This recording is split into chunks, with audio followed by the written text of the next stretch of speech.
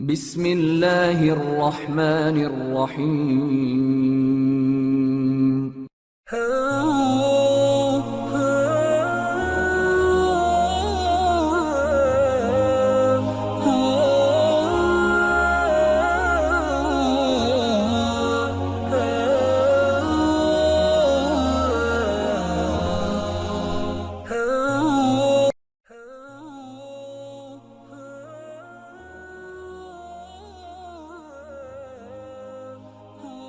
نبی کریم علیہ الصلوۃ والسلام کی ذات اقدس کے حوالے سے سلسلہ پنجتنی نے نوجوان نسل کی بہتر رہنمائی اور آگاہی کے لیے ایک سلسلہ وار پروگرام فوق البشر کی عنوان سے ترتیب دیا ہے۔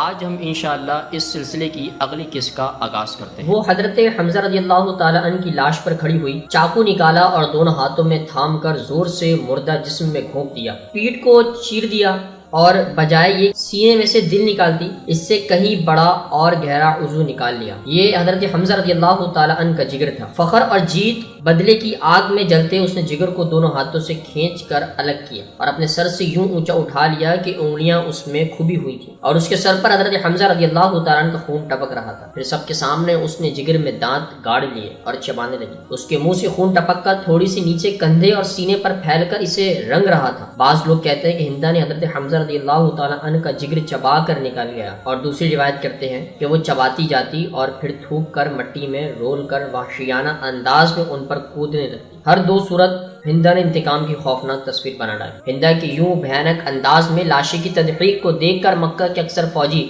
مسحور رہ گئے اور وہ تماشا کرنے ہندا کے گرد جمع ہونے لگے۔ یہ آپ نبی کریم علیہ الصلوۃ والسلام اور آپ علیہ الصلوۃ والسلام کے گرد جمع مومنین کے لیے جان بچا کر پیچھے ہٹنے کا اچھا موقع تھا۔ چنانچہ وہ دوڑتے آپ علیہ الصلوۃ والسلام کو سنبھالتے احد کی پہاڑی پر چڑھ گئے اور اوپر سے پیچھا کرنے والے دشمن کے چند فوجیوں پر پتھراؤ کرنے لگے۔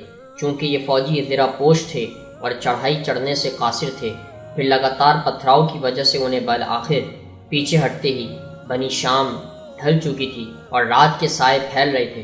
ابو سفیان گھوڑے پر سوار احد کی پہاڑی کے قدموں میں پہنچ گیا اور چلا کر پوچھنے لگا، خدا کے نام پر مجھے بتاؤ، کیا نبی کریم علیہ السلام واقعی وصال فرما گئے؟ حضرت عمر رضی اللہ تعالی نے اونچی آواز میں جواب دیا، نہیں واللہ نہیں، وہ اس وقت بھی تمہارے بات سن رہے ہیں۔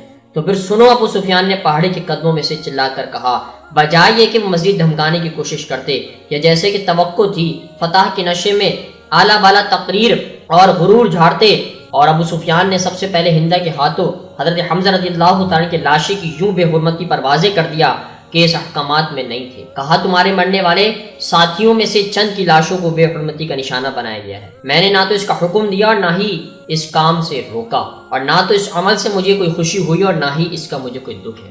معزز دوستو، آج کی گفتگو کا اختتام ہوا۔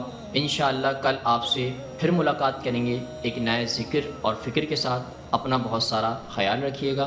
اللہ حافظ۔